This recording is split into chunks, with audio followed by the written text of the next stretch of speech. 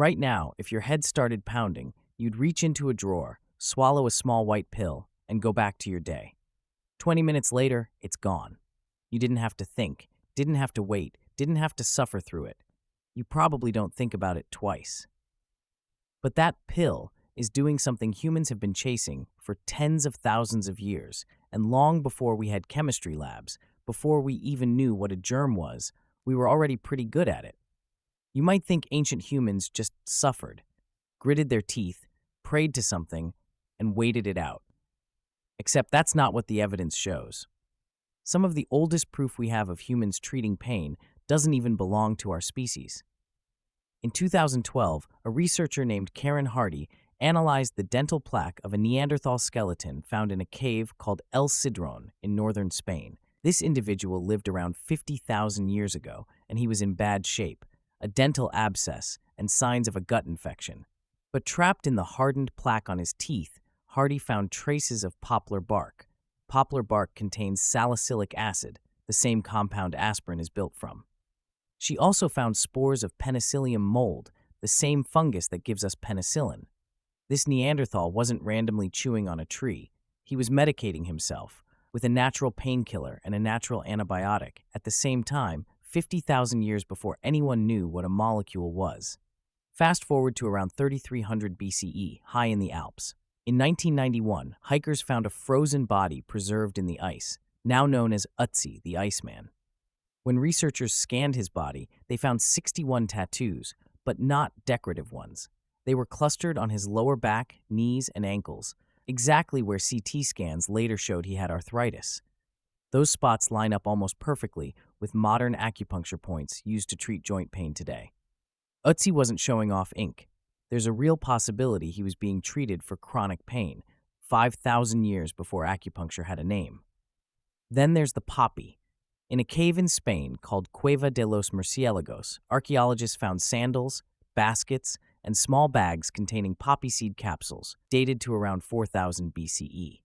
1,000 years later, on the other side of the world in Sumer, scribes were pressing symbols into clay tablets that named the opium poppy Hul Gil, which translates to joy plant. They weren't guessing, they understood exactly what it did, and they wrote it down on purpose.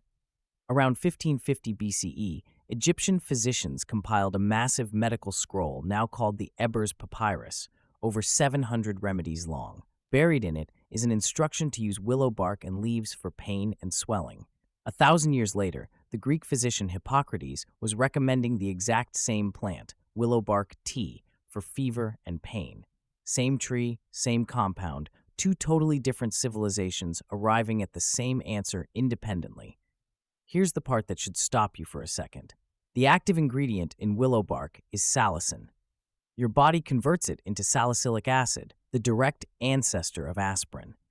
That compound wasn't chemically isolated and stabilized until 1897 by a chemist named Felix Hoffmann at Bayer. Which means the painkiller in your medicine cabinet right now traces directly back to a tree that ancient Egyptians were already prescribing 3,500 years before anyone put it in a bottle. None of that helps much if you're about to have a hole cut into your skull, though, and that's exactly what was happening high in the Andes. For at least 8,000 years, cultures in Peru have chewed coca leaves, which contain a natural compound that numbs tissue on contact. Archaeologists have found chewed coca residue at burial sites and surgical sites across the region, and some researchers believe surgeons packed coca-soaked leaves directly onto the scalp before cutting, sometimes alongside fermented drinks, to dull the pain enough to make what came next survivable. It wasn't full anesthesia, but it didn't need to be modern to work, because the boldest evidence of all isn't a plant, it's a hole. Trepanation, drilling or scraping a hole directly into a living human skull, is one of the oldest surgical procedures we know of, and it shows up on every inhabited continent. For a long time, people assumed it was ritual or superstition, or that almost nobody survived it. Then a bioarchaeologist named John Verano spent years studying over 800 trepanned skulls from Peru. What he found was staggering. Many of the skulls showed clear signs of new bone growth around the hole, which only happens if the patient lived for months or years afterward.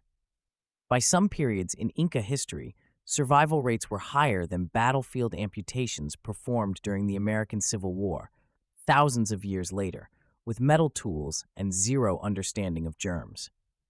So here's the full picture. 50,000 years ago, a Neanderthal was chewing bark for a toothache.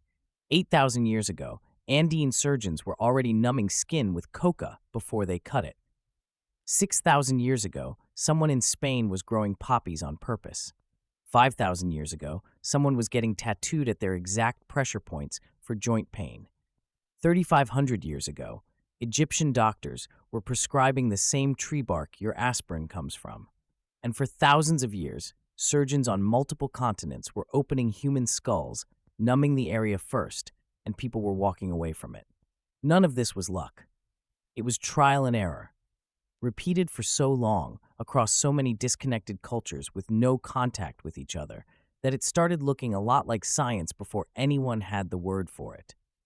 Nobody handed our ancestors a textbook. They watched what happened when a sick person chewed a certain bark, remembered it, tried it again on the next person, and passed it down. That's the entire scientific method, just running at the speed of a human lifetime instead of a lab.